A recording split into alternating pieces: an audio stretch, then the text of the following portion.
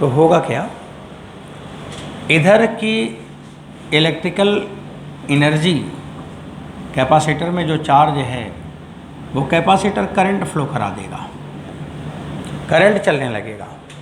और जब ये करंट इसमें आने लगेगी तो इंडक्टर क्या करेगा, उस करंट को एब्जॉर्ब करेगा कि उसका विरोध करेगा, वो विरोध करेगा, क्योंकि इंडक्टर कभी सपोर्ट नहीं करता। वो पहले क्या करेगा, विरोध ही करेगा। अगर बढ़ेगा तो बढ़ने का विरोध करेगा और घटेगा तो घटने का विरोध करेगा। अगर आप सोच रहे हो कि सपोर्ट करेगा तो आपसे बड़ा ज्ञानी कोई नहीं है। इंडक्टर का काम है विरोध करना, वो विरोध करने की राजनीति पे जीवित है। इंडक्टर का काम ही है विरोध करना। अगर बढ़ रहा होगा तो बढ़ रहा होगा तो घटाएगा, और घट रहा होता उसे बढ़ाएगा। कर तो विरोध ही रहा है, क्योंकि वो तो जिस स्टेट में है उस स्टेट में रहना चाहता है। आप स्टेट बदलेंगे विरोध करेगा। जैसे स्प्रिंग कभी साथ नहीं देता, स्प्रिंग हमेशा विरोध ही करता है। अब ये विरोध करेगा, तो जब विरोध करेगा तो ये विरोध करते समय एनर्जी स्टोर करेगा और इसमें करंट ऐसे फ्लो करेगा, करंट ऐसे फ्लो करेगा और इसमें ये क्या कर रहा है, एनर्जी स्टोर कर रहा है। इसमें हो क्या रहा है इस समय, यहाँ हो यही रहा है कि इलेक्ट्रिकल एनर्जी कन्वर्ट हो रही है। और किस में कन्वर्ट हो रही है, मैग्नेटिक एनर्जी में,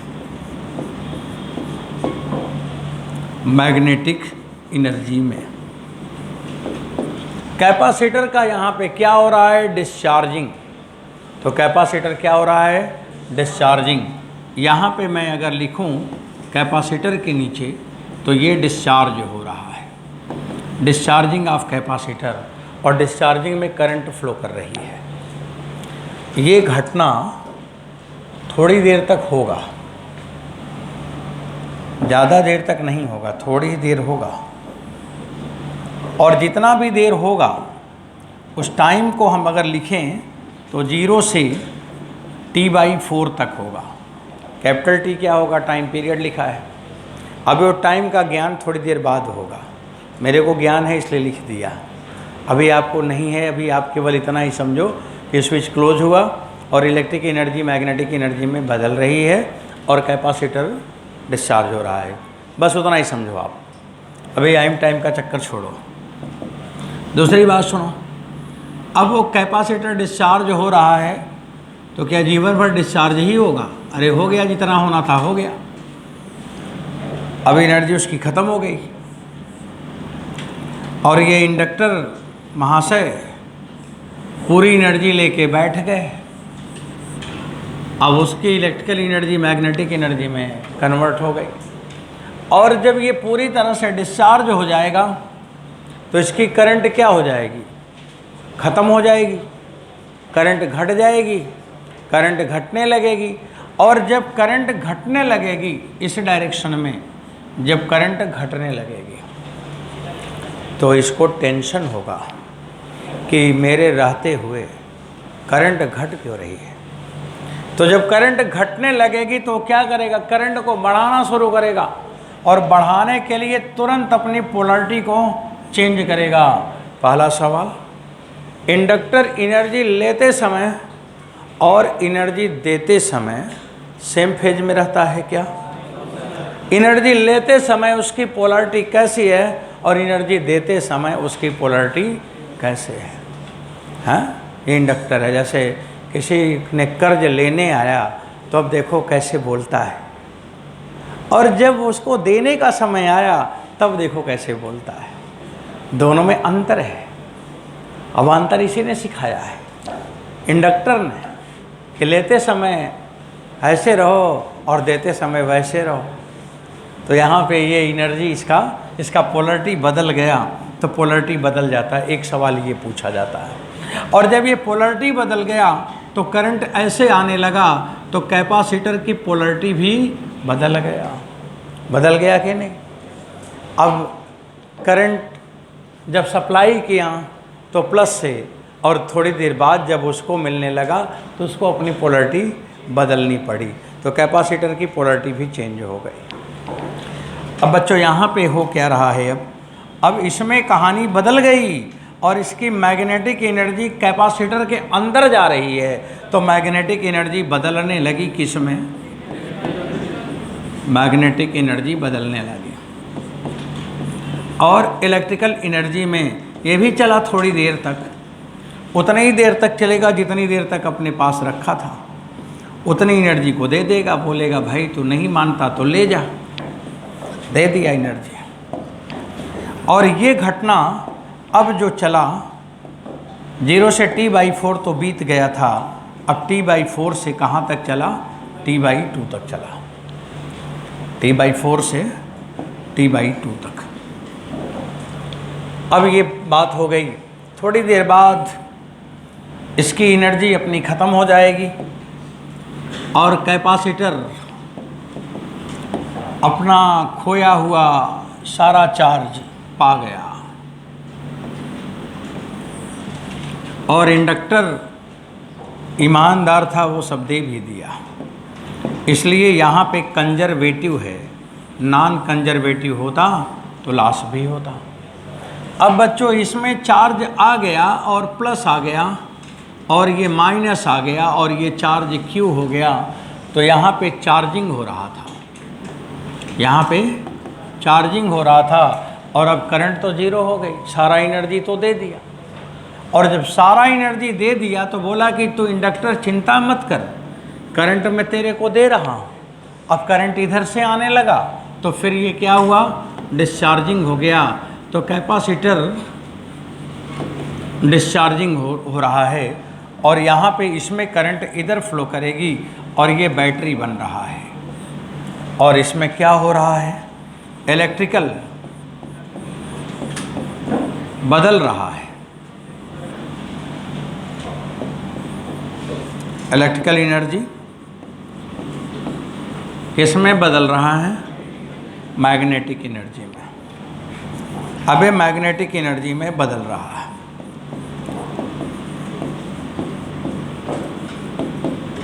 और कितने टाइम तक ये बदला, टाइम T/2 से आगे जा रहा है और T/2 से अब 3T/4 हो गया। बच्चों यहाँ पे डिस्चार्ज हो रहा है और इसमें मैग्नेटिक एनर्जी आ रही है। थोड़ी देर बाद फिर क्या होगा, कैपेसिटर पूरा डिस्चार्ज हो गया होगा और धीरे धीरे करंट ज़ीरो होने लगी होगी। और जैसे ही करंट ज़ीरो होने लगी होगी तब इंडक्टर की जिम्मेदारी है कि करंट को ज़ीरो होने से बचाना। तो करंट को ज़ीरो नहीं होने देना चाहेगी। करंट घटने लगी तो जब करंट घटने लगी तो ये क्या बनेगा, बैटरी बन जाएगा और बैटरी बन के करंट ऐसे फ्लो कराएगा। और बच्चों इसके बाद कैपेसिटर में चार्ज ऐसे आने लगेगा और यहाँ पे क्या होने लगा, चार्जिंग हो गया। और इसमें कौन सी एनर्जी बदली है बच्चा लोग, हाँ मैग्नेटिक किस में, इलेक्ट्रिकल एनर्जी में। तो यहाँ मैग्नेटिक इलेक्ट्रिकल मैग्नेटिक, इसका मतलब ऑसिलेशन हो रहा है। किसमें, एनर्जी में भी ऑसिलेशन हो रहा है और एक फॉर्म से एनर्जी दूसरे फॉर्म में बदल रही है। और ये घटना अब कितने समय तक घट गया, हाँ 3T/4 से 3T/4 से चलकर और ये कंप्लीट हो गया 2T। तो एक पूरा राउंड कंप्लीट हो गया और कैपेसिटर जिस स्टेट में था वापस इसी स्टेट में फिर आ गया। It again store total charge capital Q। समझ आया। तो देखो यहाँ पे ये घटना होती है, जब हम L और C को जोड़ते हैं तो टीचर अक्सर पूछते हैं कि होता क्या है, होता क्या है, यहाँ पे क्या हो रहा है। सुनो क्या हो रहा है, ध्यान से सुनो क्या हो रहा है। कैपेसिटर जब डिस्चार्ज हुआ तो उसकी पोलरिटी, और जब चार्ज हुआ तो उसकी पोलरिटी सेम है कि बदल गया? डिस्चार्ज हुआ तो पोलरिटी, और जब चार्ज हुआ तो पोलरिटी बदल गया। और इंडक्टर जिस पोलरिटी पे एनर्जी लेता है, क्या ऐसी पोलरिटी पे एनर्जी देता है? नहीं, वो भी क्या करता है, पोलरिटी बदलता है। देखो ये डिस्चार्जिंग में ये पहला वाला प्लस है और चार्जिंग में दूसरा वाला प्लस है कि नहीं? और डिस्चार्जिंग में अगर दूसरा वाला प्लस है तो फिर चार्जिंग में पहला वाला प्लस हो जाएगा। तो ये फिनोमेना चल रहा है। तो एक तो ये सिंबॉलिक मैंने लिख दी, अक्सर किताब में ऐसे वर्ड में लिखा है कि इलेक्ट्रिक मैग्नेटिक बदलता है, ये पोलरिटी बदल जाती है, इंडक्टर का ये हो जाता है, और इतनी बार लिखा है पोलरिटी बदल गई बदल गई बदल गई कि बच्चा पढ़ते पढ़ते बच्चा बदल जाता है। क्या बदल गया, क्या बदल गया? तो इसको इसे देख लिया तो अब सब बदल गया, किधर बदल गया समझ आ गया कि कैसे कैसे बदला। बच्चों समझ नहीं आया क्या? आ गया तो फिर आ गया, तो दूसरी बात बताना है आपको। अब दूसरा सवाल क्या आता है, इस सर्किट में करंट मैक्सिमम कब है? जब कैपेसिटर फुल्ली चार्ज है कि जब कैपेसिटर फुल्ली डिस्चार्ज है? सवाल, इस सर्किट में करंट मैक्सिमम कब है?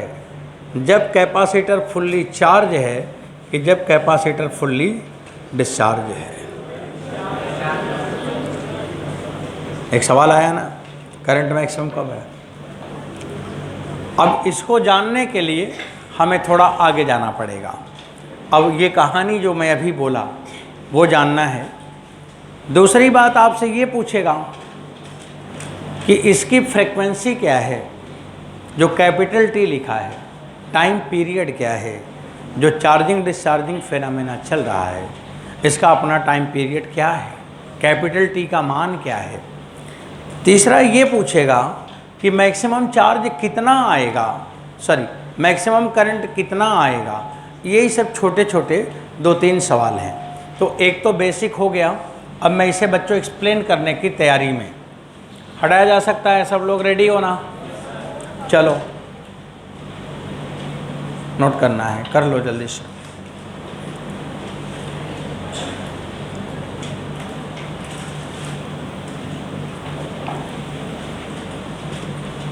तो ऑसिलेशन किस में हो रहा है? एनर्जी में। इलेक्ट्रिकल टू मैग्नेटिक एनर्जी और magnetic energy to electrical energy, energy का ऑसिलेशन हो रहा। बच्चों अब सब लोग एजम्पशन ले लो, मान लो किसी समय कैपेसिटर में चार्ज Q है और सर्किट में करंट I है, ये मान लो। तो एजम्पशन लिखो, मैं भी लिखूं, आप भी लिखो। एट इंस्टेंट, नोट हो गया इधर?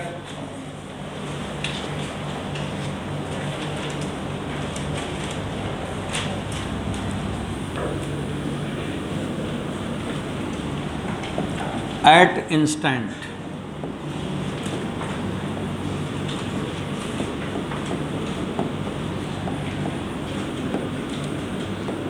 at instant charge in capacitor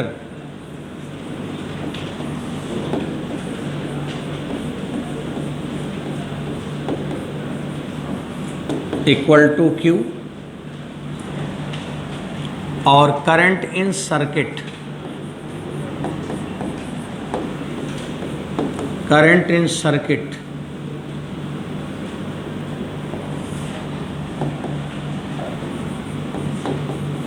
equal to I, ये मान लिया जाए। मैंने माना किसी समय में कैपेसिटर में चार्ज Q है और सर्किट में बच्चों करंट I है। तो ये जो यहाँ पे फोर्स है वो कंजर्वेटिव है कि नॉन कंजर्वेटिव? हाँ, चित्र तो आप बनाए हैं, मैं चित्र वैसे मिटाऊंगा नहीं अभी। चलो इसको इधर, रुको, इसको इधर खींच लेता हूँ। यहाँ पे ना अभी इसे हम पढ़ेंगे। हाँ बच्चों, एनर्जी ये कंजर्वेटिव है। अगर कंजर्वेटिव है तो बताइए कि इस समय कैपेसिटर में एनर्जी कितनी है? Q square by 2c। इस समय इंडक्टर में एनर्जी कितनी है, हाफ एल आई स्क्वायर, और ये sum must be equal to q square by 2c। बात समझ में आ रहा? कैपेसिटर को जब चार्ज करके लाए थे तो उसी की कुल एनर्जी के बराबर ही तो एनर्जी होगा, उसी का एनर्जी कुछ इसमें कुछ उसमें, टोटल उतना ही होगा। ये स्मॉल क्यू कांस्टेंट है कि बदलेगा? जोर जोर बताओ। आई कांस्टेंट है कि बदलेगा? कैपिटल क्यू कांस्टेंट है कि बदलेगा? हाँ, कांस्टेंट है। हाँ, अभी बुद्धि काम कर रहा है। अब इसके बाद आपको डिफरेंशिएट करना है। डिफरेंशिएटिंग, बच्चों बायोलॉजी का स्पेशल केस चल रहा है। Differentiating with respect to time, differentiating with respect to time, time के रेस्पेक्ट में डिफरेंशिएट करेंगे। जब टाइम के रेस्पेक्ट में डिफरेंशिएट करोगे तो क्यू स्क्वायर का डेरिवेटिव 2q अपान 2c और dq upon dt plus half L I square 2i di upon dt must be 0, क्योंकि वो कांस्टेंट आपने बोला है, 0 हो जाएगा। लिखते जाएंगे, लिखते रहेंगे। अब यहाँ से जो कैंसिल हो सके ना काट दो, 2 और हाफ साफ, बचा क्या, q upon C D Q upon D T और प्लस एल आई और D I upon D T must be 0। ये D Q upon D T है कितना,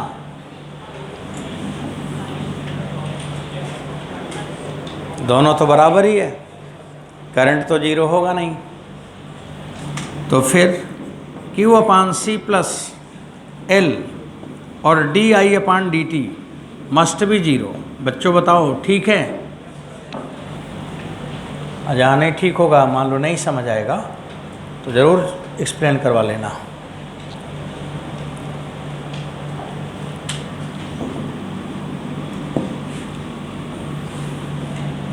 अब इसको आगे फिर बढ़ाना है।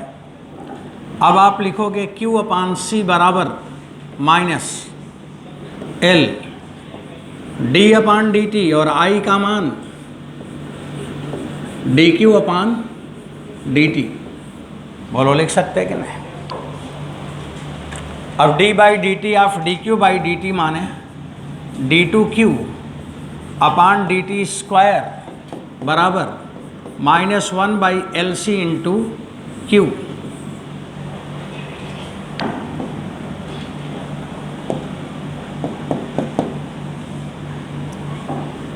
बड़े ध्यान से देख रहे हैं, समझ नहीं आ रहा क्या?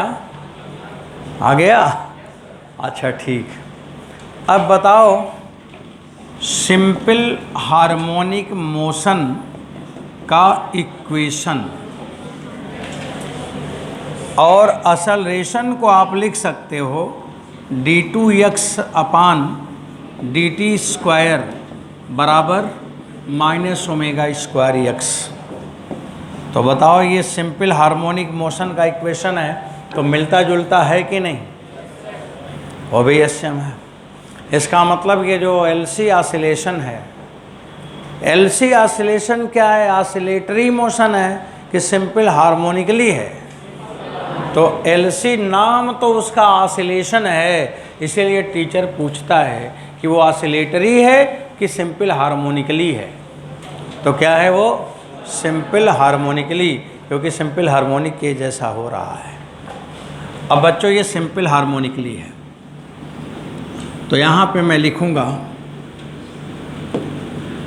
सिंपल हार्मोनिकली, हार्मोनिकली लिखो ऐसे, ये सिंपल हार्मोनिकली है। और अगर ये सिंपल हार्मोनिक है, सिंपल हार्मोनिक जैसा है, तो फिर इसका वेव इक्वेशन कैसा है, वेव इक्वेशन लिखना पड़ेगा। इसलिए वेव इक्वेशन, सब क्लास 12th पास हो और सिंपल हार्मोनिक का वेव इक्वेशन होता है x बराबर a sin ओमेगा टी। जा रहे हो 2 दिन बाद एग्जाम दे रहे हैं, सबको मालूम ही होगा। x बराबर a sin ओमेगा टी भी होता है और x बराबर a cos ओमेगा टी भी होता है। साइन भी होता है, कास भी होता है। साइन कब होता है और कास कब होता है? साइन तब होता है जब वो मीन पोजीशन से चले, और मीन पोजीशन माने 0 से चले, और कास तब होता है जब मैक्सिमम पोजीशन माने एक्सट्रीम से चले, तो वहाँ कास होता है, और मीन से चले तो वहाँ पे साइन होता है। अब मेरे को वेव इक्वेशन लिखना है, तो वेव इक्वेशन लिखने के लिए x बराबर ही लिखना पड़ेगा। जहाँ x था आज वहाँ x की जगह क्या है, x की q, बताओ जोर से, q, तो q बराबर वहाँ पे x बराबर, यहाँ पे q बराबर। पहला लाइन है एम्पलीट्यूड माने मैक्सिमम डिस्प्लेसमेंट, तो यहाँ पे मैक्सिमम चार्ज q हो गया। अब बताओ साइन लिखा जाए कि कॉस, क्योंकि जब स्टार्ट किया तो चार्ज मैक्सिमम था, तो t बराबर 0 पे चार्ज मैक्सिमम था, तो 0 से नहीं स्टार्ट किया है, मैक्सिमम से, इसलिए कास लिखा जाएगा। और अगर कहीं साइन लिखें तो सीधा नंबर पहले ही पा जाएंगे, पहला नंबर यही मिलता है लोगों को कि साइन लिखोगे कि कास। इसलिए उसे बच्चों देख लो, यहाँ पे क्या लिखा गया है, कॉस लिखा गया है। चलो ये कास ओमेगा टी हो गया। क्यू का मान capital Q cos omega T. अब आपको निकालनी है करंट, करंट निकालना है। I बराबर D Q upon D T, differentiate कर दो, I का मान आ जाएगा। करो, कैपिटल क्यू ओमेगा और कास का डेरिवेटिव